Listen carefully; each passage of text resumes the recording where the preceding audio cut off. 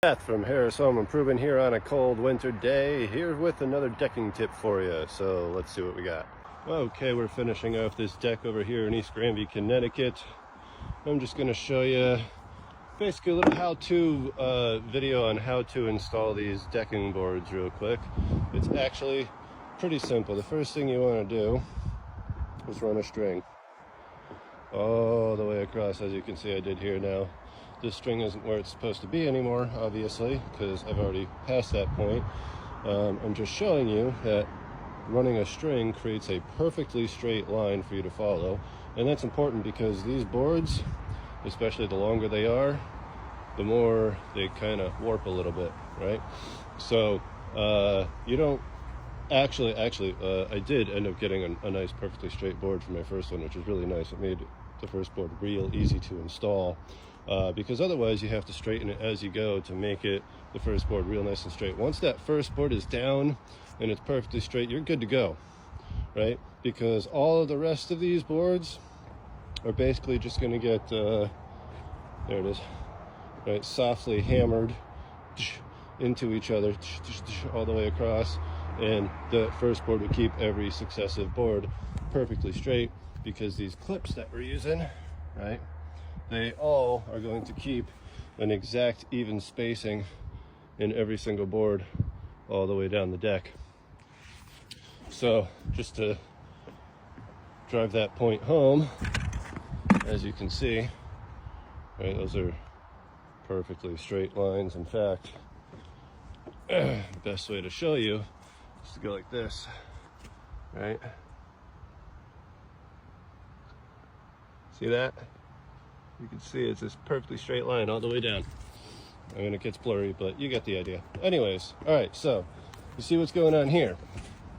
All right, I've thrown one on my end here, and then I have between these two boards screws sticking up all the way down, right? And then in my middle, I got another one holding this board in. These are basically just temporarily holding this board in place, right? They're not really doing much other than that because this board kind of bends a little bit this way. So if I don't do that, then it doesn't stay in the rest of these clips all the way down, right? So this just holds it in place. Now, granted, when I put it in, I put all my weight down on this board, and then I softly hammer it in, sink this guy, right? Because that was loose before. Leave that guy alone, it's still loose, and put this guy in, snug up against this edge, right? Because it's holding it in place, but don't put it down tight all the way. And then next what I'm going to do, now that that's all the way done and this board is in place, right, now all I got to do is just keep my weight down on these boards, right? Just put my weight right down on these boards, I hammer that in, and then I screw this down in loose, and then I tighten that, and then I move forward, right? Hammer this in, screw that down loose, tighten that. Same thing, move forward, hammer this in, screw that down loose, tighten that. And you're going to do this all the way down, right? So you don't tighten these screws, right, until the next piece is on and you've screwed that in loosely. Then when I put this piece on, right, I screw this in loosely and I tighten that, and so on and so forth with each successive board. And that's ultimately the easy way of getting all of these in, right? And that's the trick to it. Put these in loose and then you tighten. Put these in loose and then you tighten. Put these in loose and then you tighten. That's the trick. And that's everything you need to know.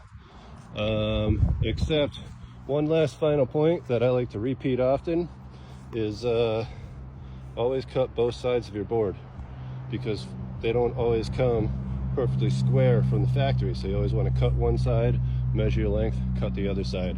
That way you always make sure you get both ends perfectly square. All right, we'll see you at the next lesson another day. Have a great one. Peace. Oh, one more thing. If you can afford it, it's a fairly expensive tool, but if you can afford it, one of these is very helpful. Camo is a name brand. See how this works? This attaches around your 2x4 as such. This little knob here, right, tightens it against that 2x4. It takes two hands, you kind of have to hold this there.